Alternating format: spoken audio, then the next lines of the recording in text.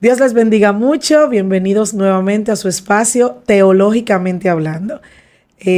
Gracias por acompañarnos en esta serie que estamos viajando en el tiempo y hablando sobre la historia de la iglesia. El día de hoy vamos a hablar sobre el segundo periodo de la iglesia. Vamos a hablar acerca de la iglesia perseguida, esta iglesia que pasó tanto y que tantos emperadores quisieron destruirla, diezmar totalmente a los creyentes. Inicia con la muerte de el apóstol Juan y termina con el edicto de Constantino en el 313. Y para eso tenemos al pastor Hansel el día de hoy. Ambos estaremos hablando sobre este maravilloso contenido. Dios te bendiga, Esmirna, y Dios bendiga a toda nuestra comunidad de YouTube. Y es un honor realmente poder estar aquí nueva vez con ustedes y poder compartir en este espacio tan edificante. Y esperamos que este contenido pueda ser de edificación para tu propia vida como lo ha sido también para nosotros.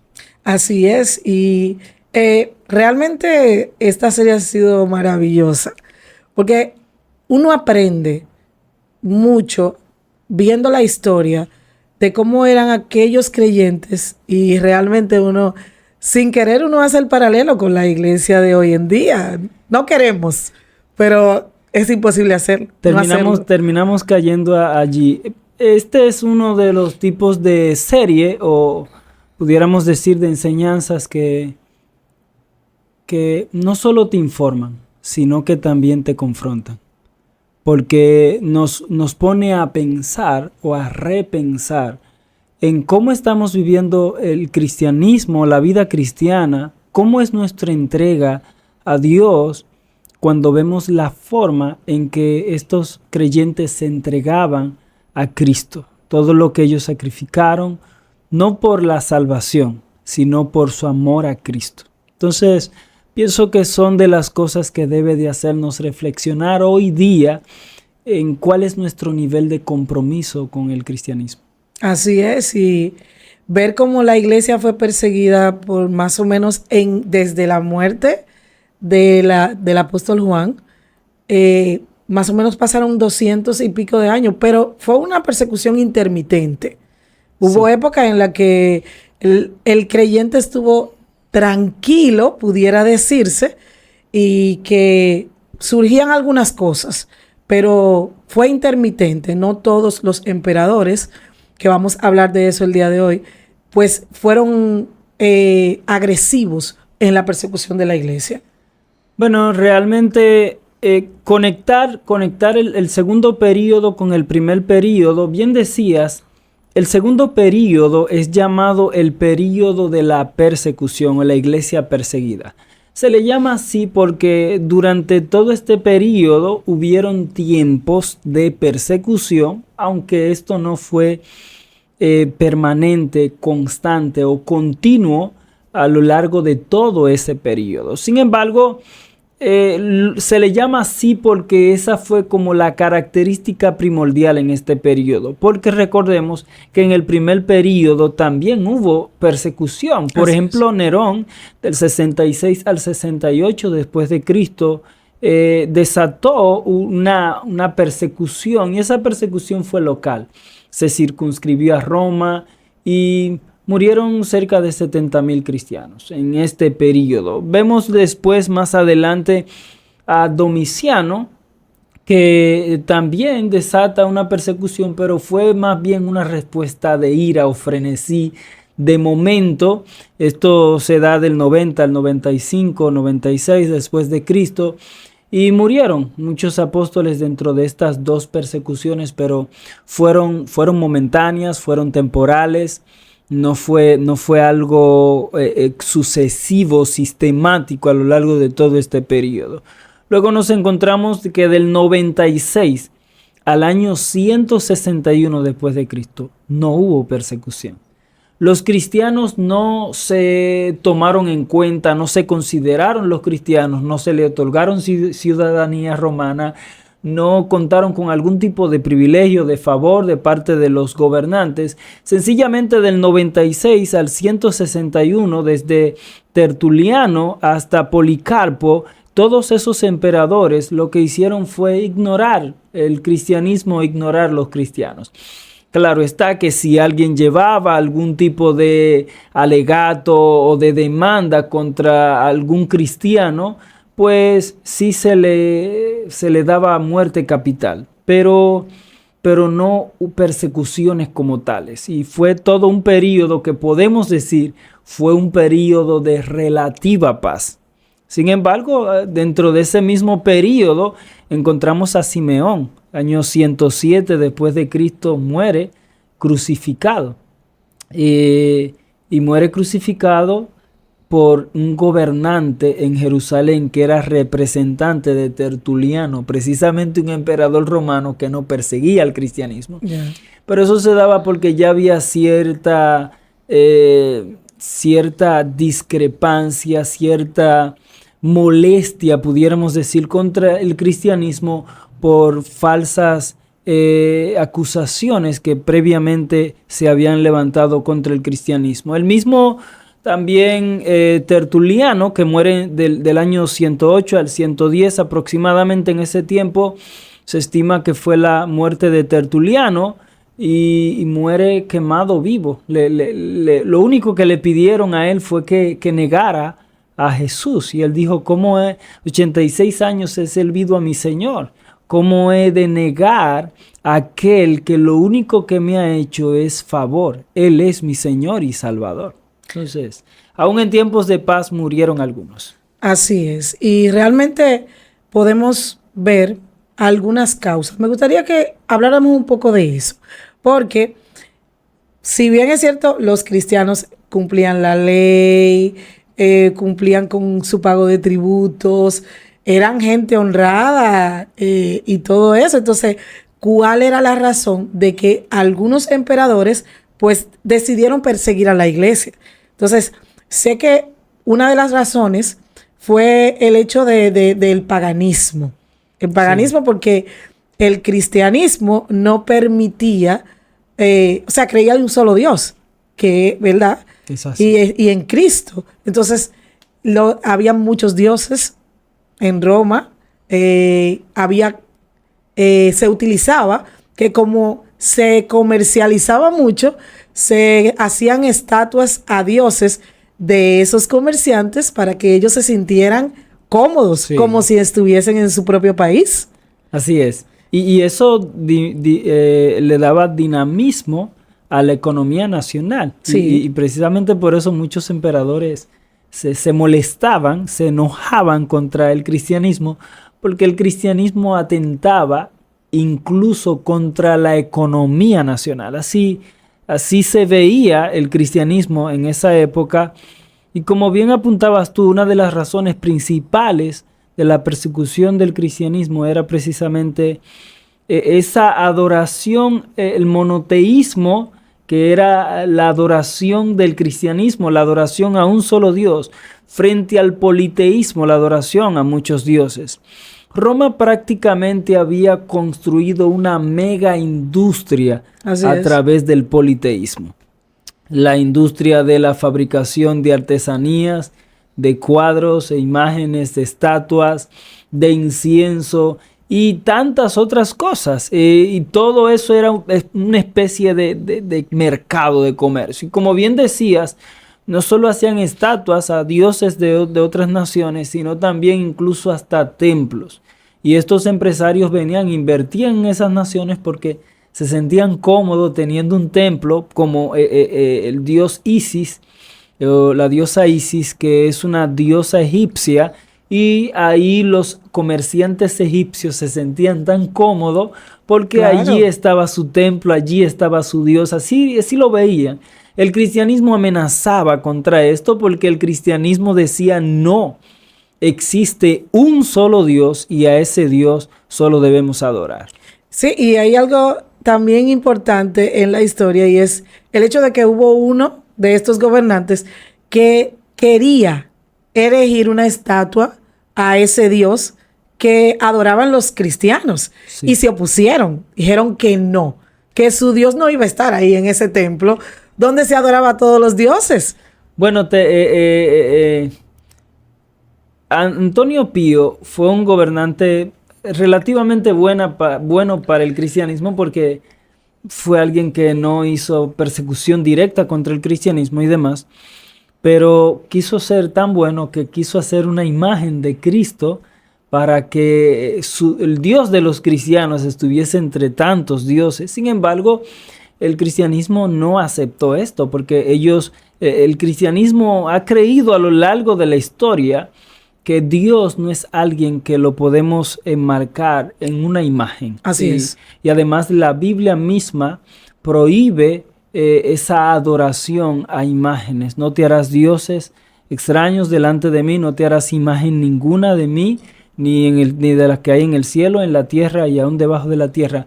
No es lo bíblico. Los cristianos vivían bajo esa convicción, pero Así también la adoración al emperador. Eso era otra cosa. Eso era un problema porque los emperadores romanos se consideraban a sí mismos dioses. De hecho, cada emperador romano, cuando subía un emperador al gobierno, se construía una estatua, una imagen, una escultura en honor a ese emperador romano, porque cada emperador romano era considerado un dios. Sin embargo, ese dios de emperador romano se le rendía una especie de adoración. Se regaba incienso, algunas personas se postraban delante de él. El cristianismo se negaba a adorar a los emperadores romanos, a las estatuas.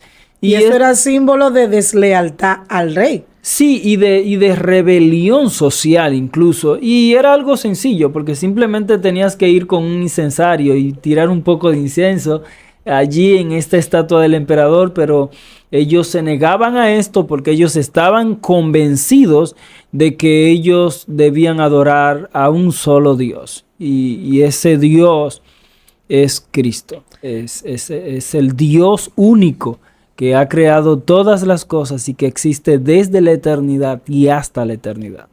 También otra de las causas es que a ellos se le acusaba de caníbales, de que comían carne, de que bebían sangre, y era por el hecho de que, como Jesús dijo en la última cena con sus apóstoles, que refiriéndose al vino, este es mi sangre y este es mi cuerpo, refiriéndose al pan, pero era un simbolismo.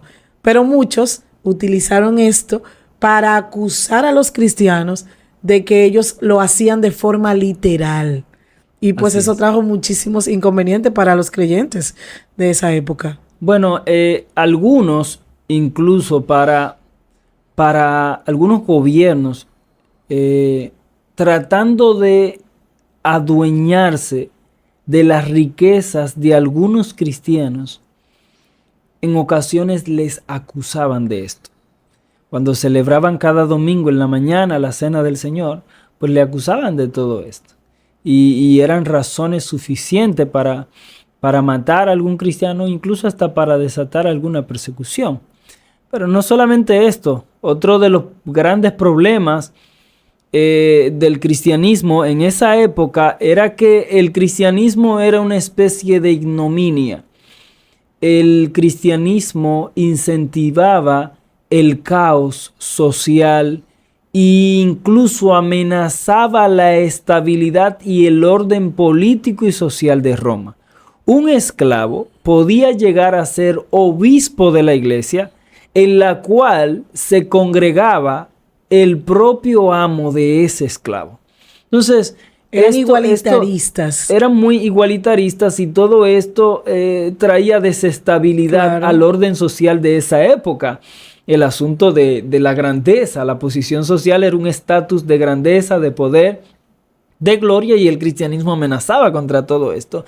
Entonces allí nos encontramos con el cristianismo embestido por todas estas acusaciones, y Roma enfrentándose a una religión que prácticamente es totalmente distinto, tiene una cosmovisión totalmente distinta de lo que nosotros pensamos y hemos creído durante mucho tiempo a lo largo de la historia.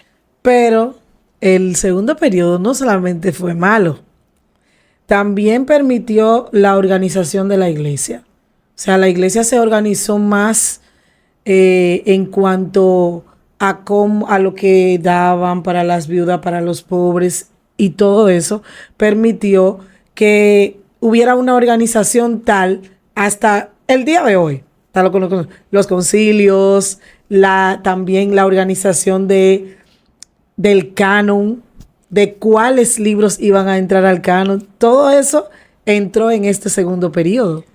Bueno, realmente el segundo período en la historia de la iglesia perseguida, no todo fue sombra. Hubieron sus luces, como bien acabas de decir. Sin embargo, esas luces que se dieron dentro de este período no se dieron al azar, o sencillamente porque dijeron vamos a organizarnos. No, fue resultado de una necesidad que fue surgiendo en el camino. En el segundo período en la historia de la iglesia surgieron sectas y herejías que amenazaban y atentaban contra la salud espiritual y teológica de la iglesia. Por ejemplo, tenemos los ebionistas. Los ebionistas surgen cerca del año 75 después de Cristo, pero que se fortalecieron ya después del año 100. Lo vemos más fortalecido. Los ebionistas creían que estábamos llamados no solo a vivir la gracia, sino también la ley. Muchos de los ebionistas surgieron del judaísmo. Ellos entendían que estábamos llamados a vivir una vida pobre, desligada totalmente de la riqueza, de los bienes y de las comodidades de este mundo. Y entonces que la carne era eventualmente mala en cierta medida. Y fueron cosas que fueron introduciéndose lentamente en algunas iglesias. Y por esto entonces se da la necesidad de que se establezcan doctrinas. Y por eso damos gracias a Dios a los padres de la iglesia que estuvieron ahí en ese momento y ellos pudieron establecer doctrinas claras que fueron fundamentos sólidos para la salud de la iglesia. Tenemos también los gnósticos, que los gnósticos también no habían surgido en esa época, pero resurgieron para esa época. Sí, porque Juan, el apóstol Juan, pues ese fue uno de sus mensajes contra aquellos que decían que Jesús no había venido en carne, que era un espíritu. El gnosticismo realmente se piensa que surge en el año 90 después de Cristo, pero que toma su fuerza ya en el tiempo de la iglesia perseguida y para el año 160 aproximadamente, el gnosticismo toma gran fuerza y entonces de ahí llegan esos padres de la iglesia que establecen esas doctrinas sólidas, organizadas, porque el Evangelio de Juan fue una respuesta al gnosticismo. Exacto. El Evangelio de Juan fue escrito por eso. Por eso vemos que en el Evangelio de Juan lo vemos escribir, en el principio era el verbo y el verbo era con Dios y el verbo era Dios. Este verbo fue hecho carne y habitó entre nosotros y vimos su gloria como del unigénito del Padre, lleno de gracia y de verdad.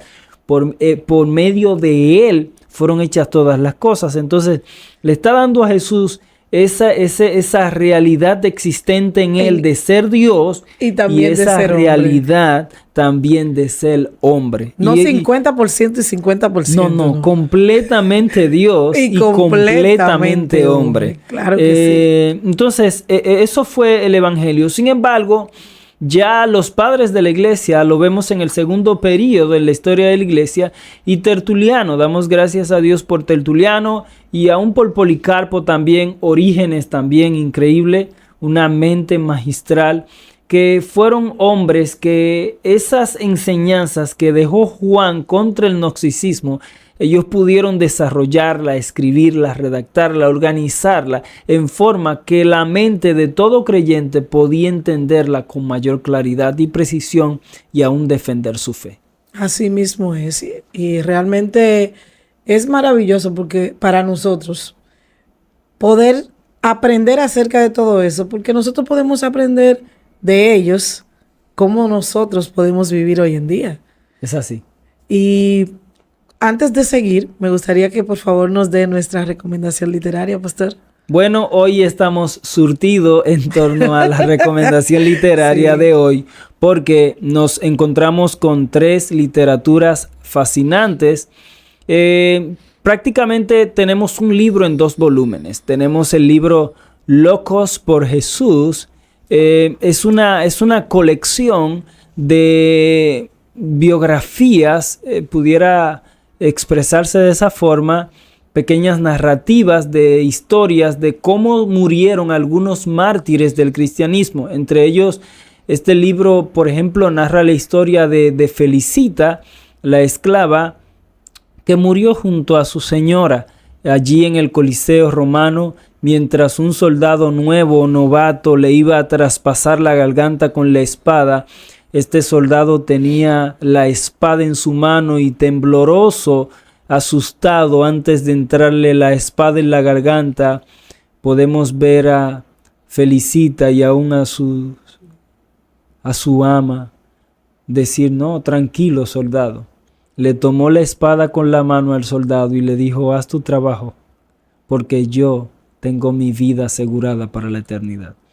Entre estos encontramos muchos otros. Encontramos cómo murieron muchos de los mártires: Jerónimo Savonarola, tenemos también a Juan Crisóstomos y a muchos otros más. Así que el libro Locos por Jesús es una colección de cómo murieron muchos de los mártires. Existe en el volumen tomo 1 y tomo 2. También quisiéramos recomendar el libro El mártir de las catacumbas. Es una historia real escrita en forma de novela, donde narra un panorama histórico de cómo se vivía en las cuevas y catacumbas en el período de la iglesia perseguida, o en el segundo siglo y tercero en la historia de la iglesia.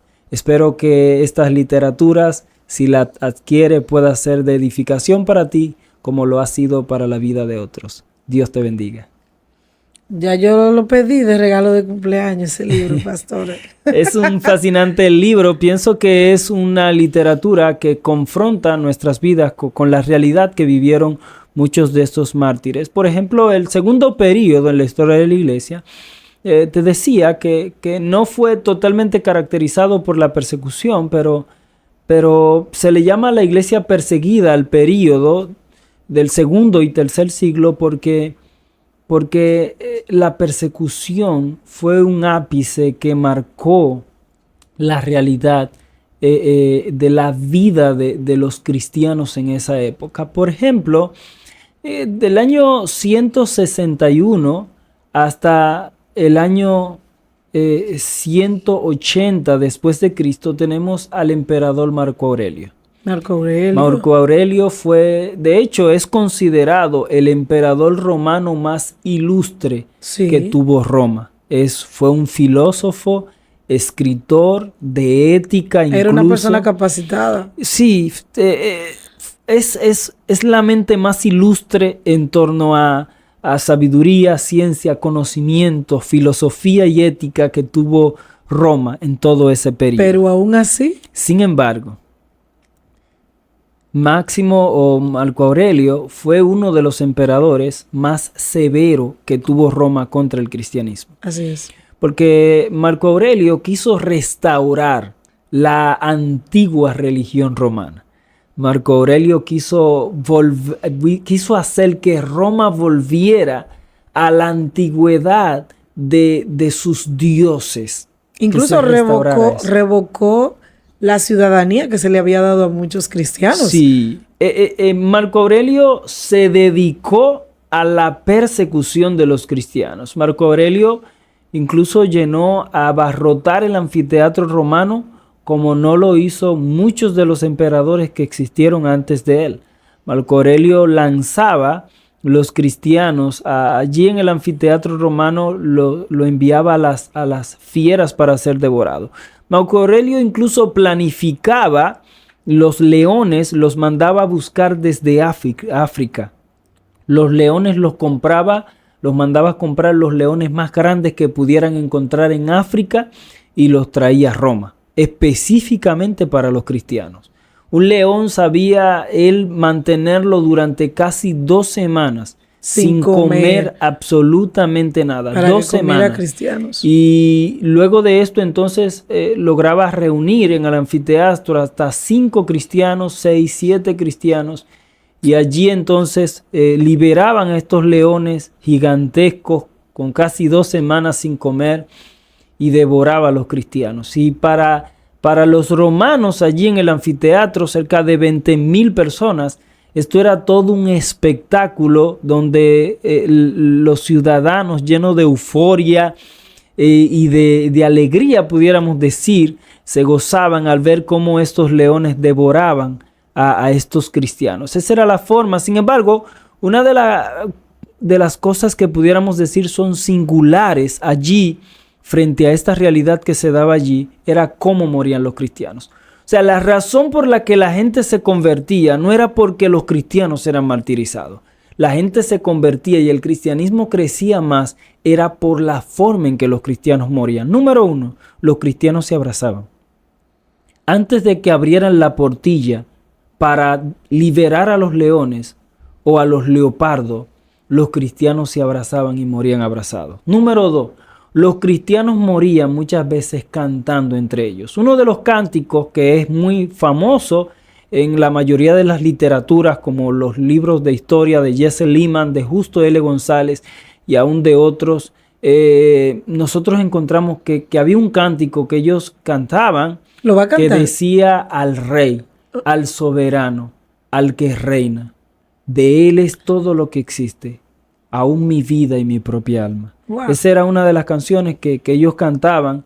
Y las jovencitas, total vírgenes, morían allí.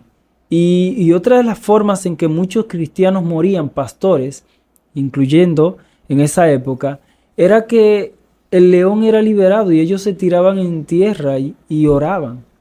Y pedían al Señor perdón por la vida de todos los que estaban allí presentes.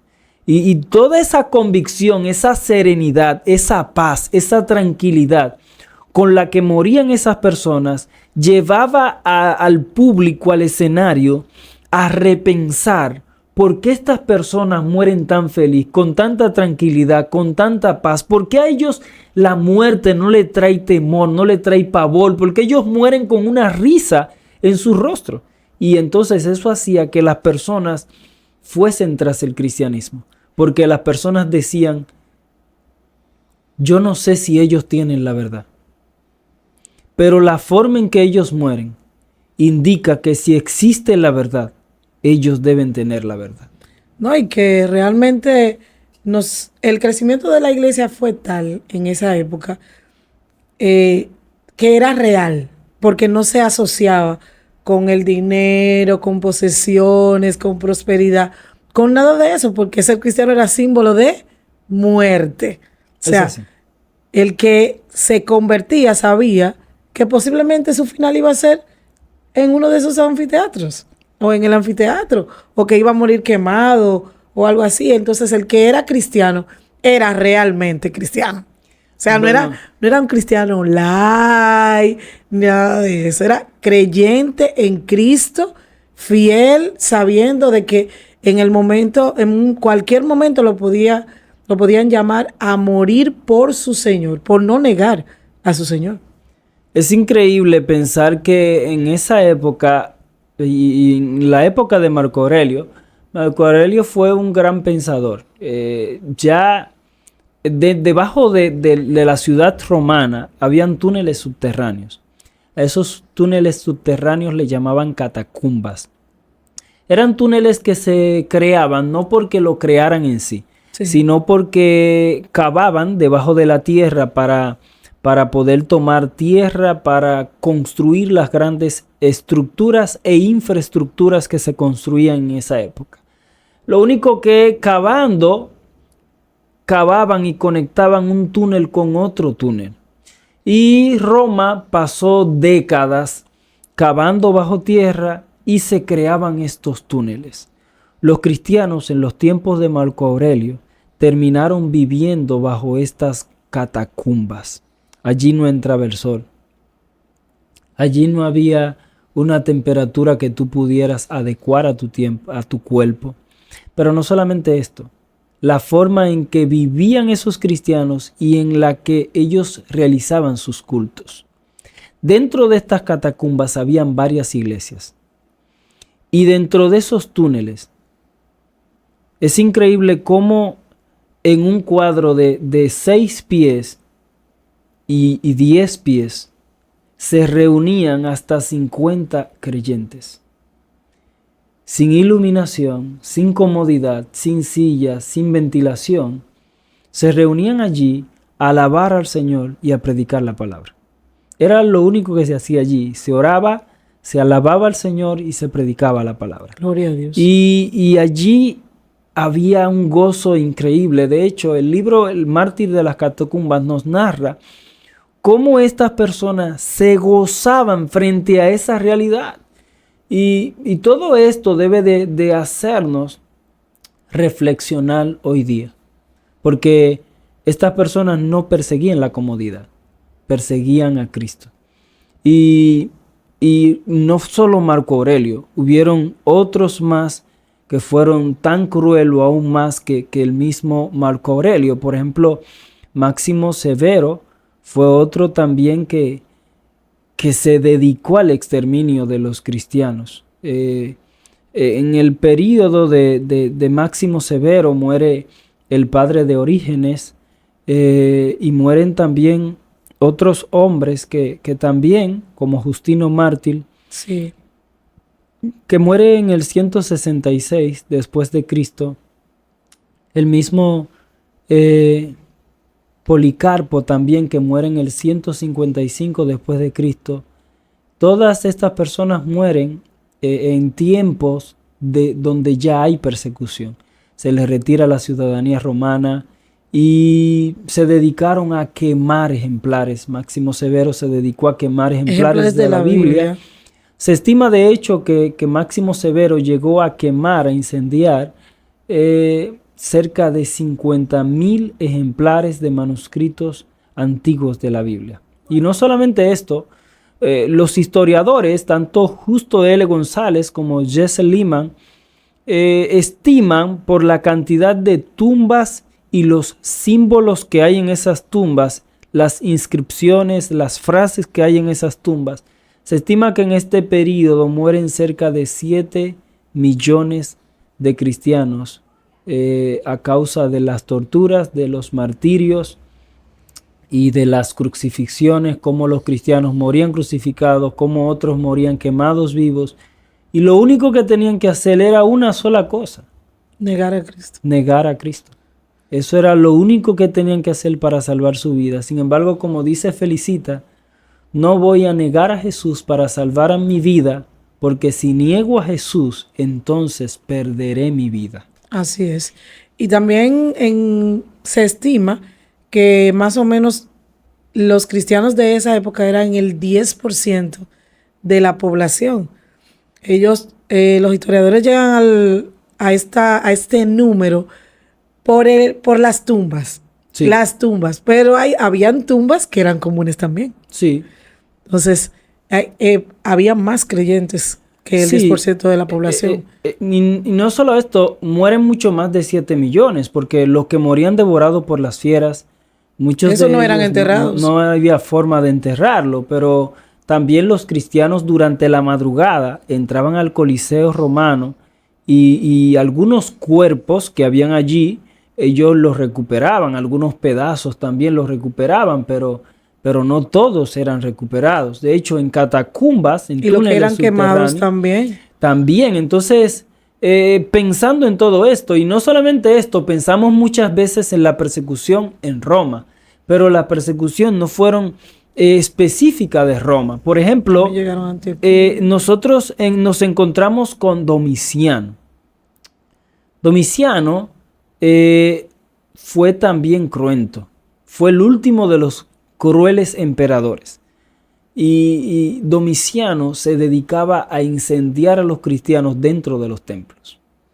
Y esa era una forma de él demostrar o aniquilar el cristianismo. De hecho, algunos historiadores dicen, aunque es un dato que no puedo confirmar ahora mismo a ciencia cierta, pero algunos historiadores como Jesse Lehman postula de que Domiciano llegó a ser un monumento y este monumento fue construido en honor al exterminio de la fe del cristianismo. Wow. O sea, literalmente el cristianismo fue algo que muchos emperadores intentaron aplastar, aniquilar, desaparecer del mundo. Sin embargo, pese a ese deseo que algunos emperadores tuvieron, esto no fue posible porque aún el cristianismo está de pie y queda mucho cristianismo a lo largo de lo que continúa o resta del camino. Las persecuciones no fueron solo locales,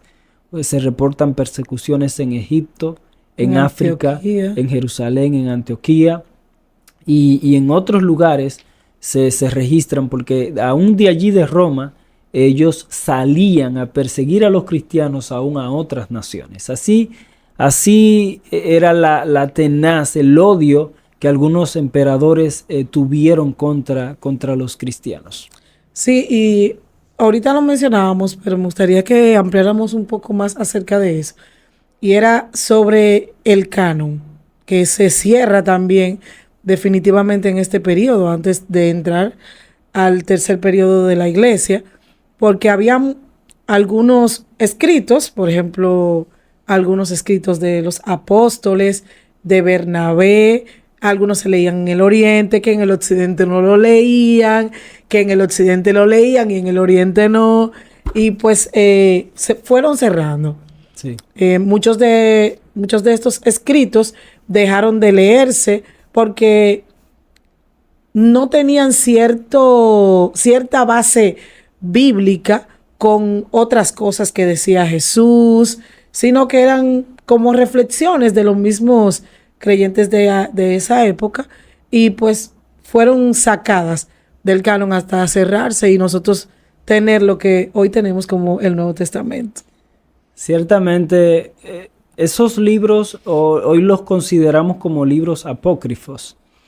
Por ejemplo, el pastor Hermes, que era una epístola que se leía en las iglesias de Éfeso, Esmirna, Pérgamo, todas estas iglesias allí y en otras más se leía esta epístola de Hermes, el pastor Hermes. Sin embargo, tenemos también la tercera y cuarta epístola de Pedro, sí, que también se leía, pero tenemos también el Evangelio de María. Y los escritos de Bernabé. Los escritos de Bernabé también los tenemos, que se leían en algunas iglesias. O sea, se entremezclaron tanto las epístolas de los apóstoles que nosotros hoy tenemos y los libros del Nuevo Testamento que nosotros hoy tenemos, y también hubieron otros, porque no había un canon cerrado que dijera este es el canon de los libros inspirados. Sin embargo, el segundo período nos regala el cierre del canon del Nuevo Testamento, donde ya nosotros tenemos una serie de libros. Y son los 27 libros que tenemos en el Nuevo Testamento, porque ya el canon del Antiguo Testamento sí estaba cerrado, fue cerrado por Esdras, y entonces ahora tenemos el Nuevo Testamento. Sin embargo, en este periodo, a final de este periodo, se estima que del año 303, del año 300 antes del 313, se cierra el canon. Se considera que ahí ya se tenía el canon del Nuevo Testamento cerrado, y se tomaron algunas pautas para considerar cuáles libros fueron inspirados y cuáles no. Por ejemplo, como bien decías, se evaluaron estos libros y se consideraron muchos de ellos como libros que contenían consejos de sabiduría. Otros Exacto. Tenían reflexiones, otros tenían sencillos proverbios, y otros incluso tenían informaciones que eran contradictorias a las informaciones que tenemos en los evangelios, y se consideró, entonces todo esto se filtró y terminamos teniendo entonces el canon del Nuevo Testamento como lo tenemos hoy, con los 27 libros que nosotros tenemos. Sin embargo, ya luego en el año 400 después de Cristo tenemos lo que se conoce como el canon de Alejandría, que fue donde la Iglesia Católica abre nuevamente el canon para introducir otros libros apócrifos que ellos consideraron que eran libros que tenían el mismo nivel de autoridad como para estar en las escrituras. Incluso tenemos los libros del Antiguo Testamento que fueron introducidos en el canon a partir del canon de Alejandría. Y esto nosotros pudiéramos decir, ¿cómo es esto posible si fue el mismo Esdras quien cierra el canon del Antiguo Testamento? Sin embargo, en el canon de Alejandría se introdujeron nuevos libros, incluso para el Antiguo Testamento, la sabiduría de Salomón, Eclesiástico. Macabeos, tenemos primera Judith. y segunda de Macabeos, Judith, y todos estos libros fueron introducidos y entonces déjeme decirle, terminamos teniendo un ahí, canon también de 70 libros. Cuando usted, porque todo creyente debe incluso leer estos libros para poder tener conciencia de lo correcto y lo que no dentro de lo que está en la misma palabra de Dios. Y cuando usted lee el libro de Macabeos, al final de uno de estos libros, el escritor dice: no sé si lo que escribí está bien o no está bien. Entonces tú te quedas como pensando, ni siquiera al final termina como terminan los demás libros de la Biblia. Bueno, los libros, estos libros que fueron introducidos a partir de la formación del canon de Alejandría, son libros que al leerlos tú sientes que no tienen el mismo grado de autoridad que tienen los libros que tenemos en el canon más antiguo. Exacto. Algunos de estos libros incluso tienen enseñanzas contradictorias a las enseñanzas de Jesús y del Nuevo Testamento. Por ejemplo, en Macabeo, en el primer libro de Macabeos, nosotros tenemos ahí un evento donde se adora literalmente un ángel que supuestamente había descendido y se le rinde culto y se adora a ese ángel. Contrario a lo que dice la Escritura.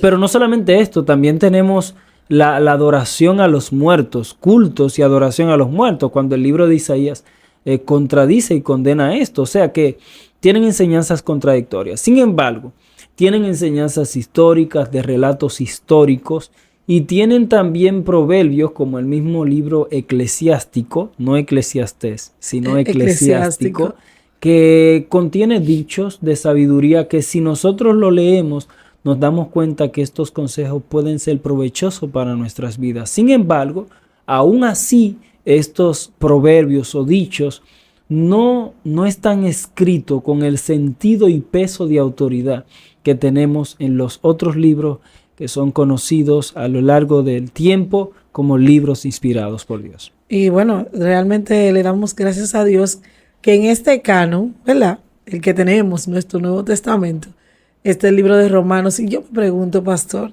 para la audiencia, ¿llegaremos en algún momento a hacer una serie de todo el Nuevo Testamento?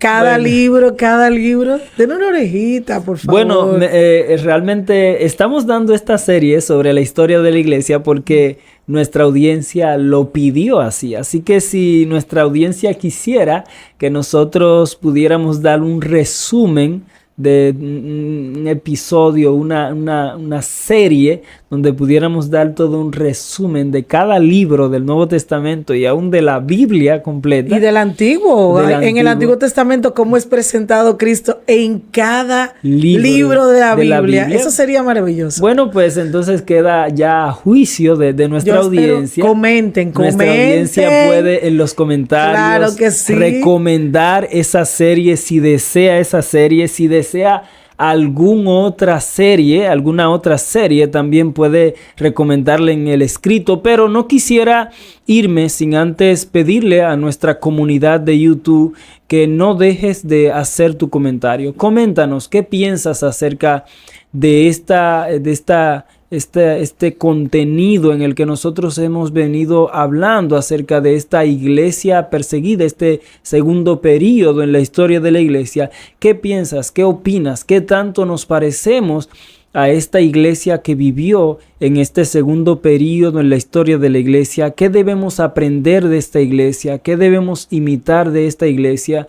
Quisiera leerte los comentarios Realmente ya se ha acabado el tiempo. No quisiéramos, ¿verdad?